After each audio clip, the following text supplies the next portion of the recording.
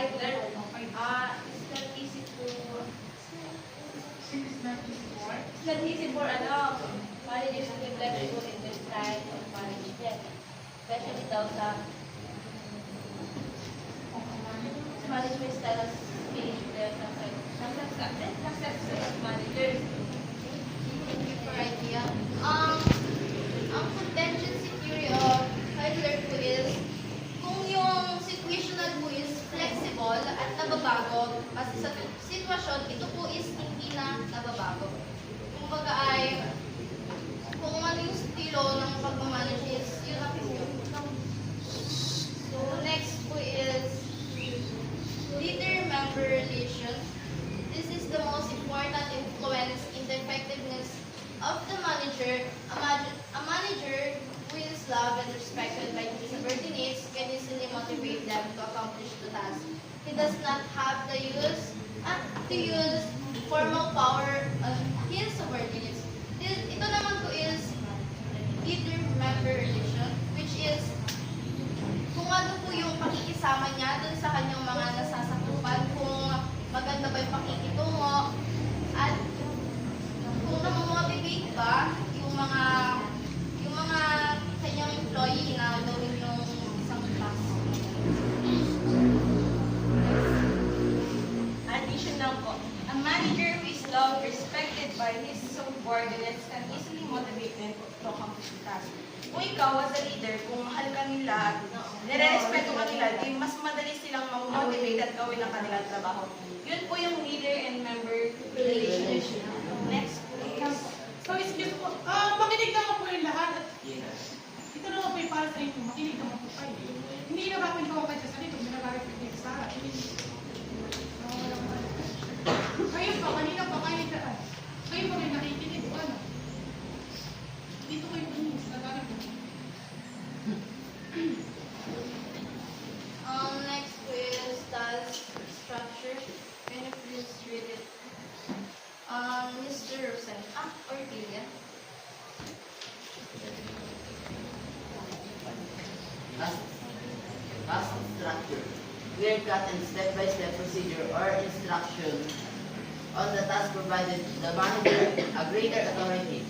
He can measure work performance. On the other hand, if instructions are not clear, subordinates may disagree or question such instruction.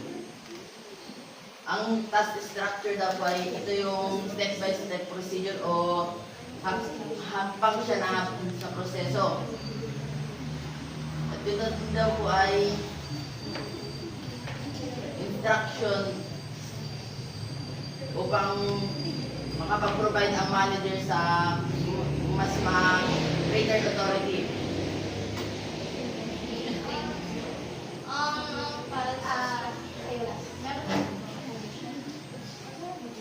Ang task structure po is ito po yung malinaw na pagbibigay ng mga hakbang sa mga na pinrovide ng manager sa mga employee, at mas may authority ang manager dito dahil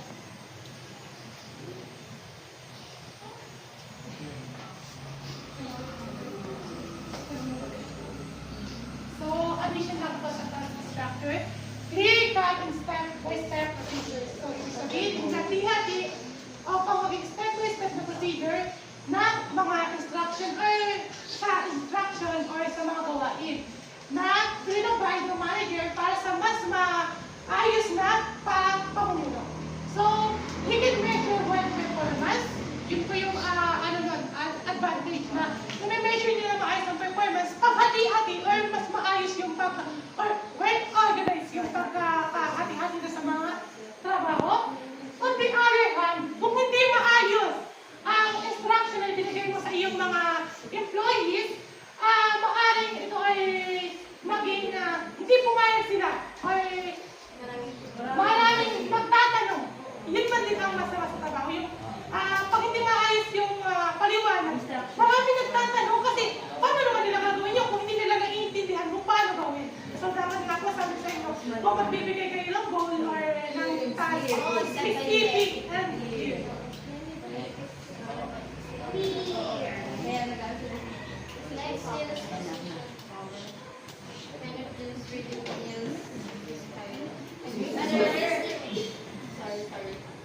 power, the power of the president seize position. For example, president or of corporation, controllers, or budget officers have position power.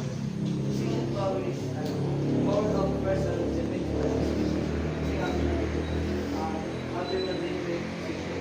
For example, president of corporation. Mas mataas yung budget kasi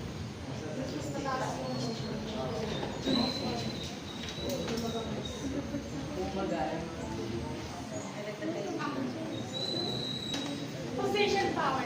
The power of the person depends on his position. So, di ba gumawa tayo ng organizational chart ng senior high school? Di ba ang taas ni si Ma'am Adelina, yun yung principal. Or kung sa Pilipinas natin, sa buong bansa ng Pilipinas, president si Marcos. Yeah. Ganun yun. Tapos ay president din, yung vice president natin, ang nagiging naganap naman doon sa senior high school, nakasunod naman ay si Ma'am Roas. Siya naman yung nagsasabi dun sa mga coordinator na nagsabay nila ng record. So, sabi nga, ang kapangyarihan ng isang tao ay nakabase sa kanyang katayuan or posisyon sa trabaho. So, yun lang po.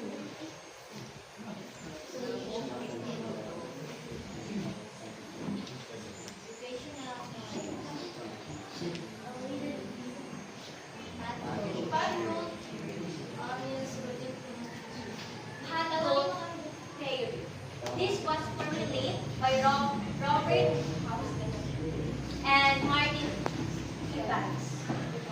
This theory is based on the expectancy model in which an individual is motivated by expectation or rewards. The source of reward is the leader. The manager should reward the good service or performance of their subordinates in order to influence them to work or establish objective.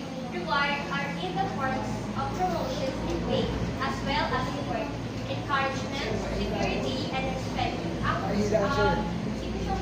Pero parang ang backbone ng boy is kumbaga as a leader, nandun po yung individual kada isa sa bawat isa is motivate and expect and also binibigyan ng expectation. And yun, parang naisip ko din dito na magmaganda nga yung performance mo para may mga reward or yung mga opportunity and bawat employee is may support and security sa bawat trabaho.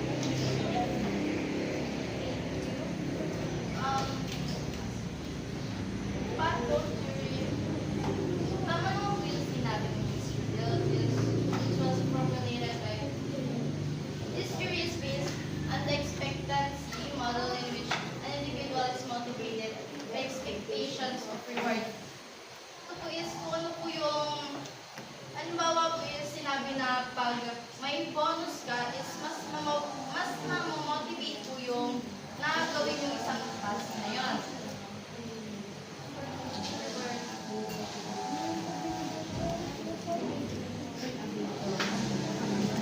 So, nagtira ko lang po. Tama po yung sabi niya.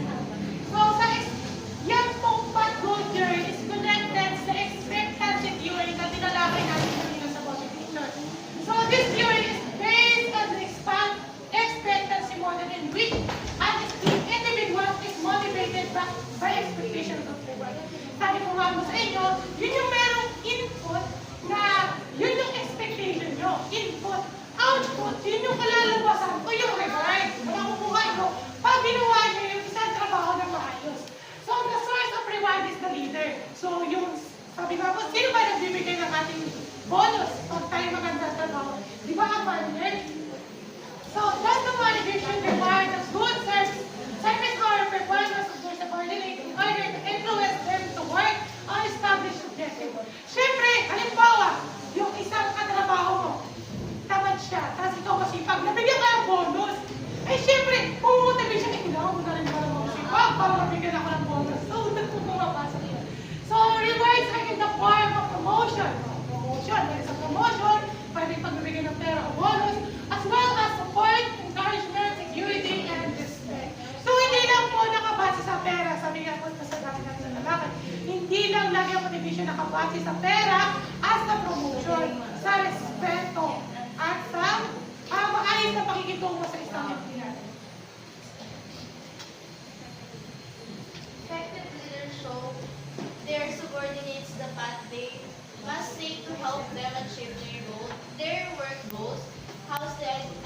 5 for leadership behavior. First is directive leadership, where the leader gives specific guidelines to followers, thus accomplishment would be easier. Ito po is yung malinaw na nagbibigay ng guidelines para para mas madali at mas maganda yung kakalabasan ng gawain. Next po is supportive leadership, where the leader shows concern and friendliness to subordinates. Ito po is yung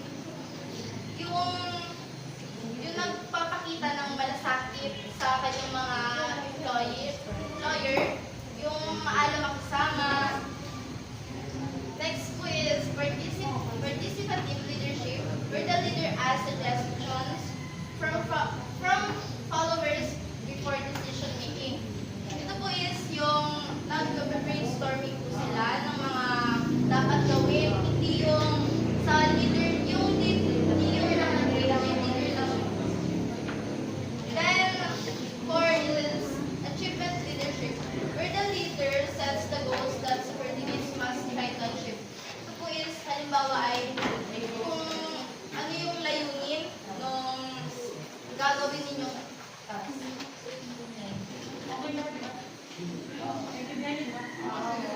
Leadership styles. Autocratic leaders. Mr. Mercado. So, autocratic leaders enforce their authority and decision-making power on their subordinate. This is a dictatorial form of leadership. It is a one-man rule. However, there are autocratic leaders who are positive in their motivation styles. These are called benevolent autocrats. They generate productivity and job satisfaction in the organization. So, autocratic leaders, sila yung nagpapalagay ng kanilang authority and decision-making sa kanilang mga subordinates. Pinapalagay nila yung kanilang authority sa mga co-employees.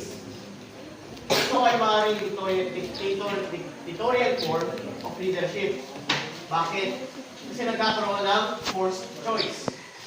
It is a one-man rule. Pero, meron din naman mga motivational styles. Kasi ito rin naman ay para sa organization. And that, these are called benevolent autocrats. Hindi ko na alam, so reporters. They generate productivity and job satisfaction in the organization.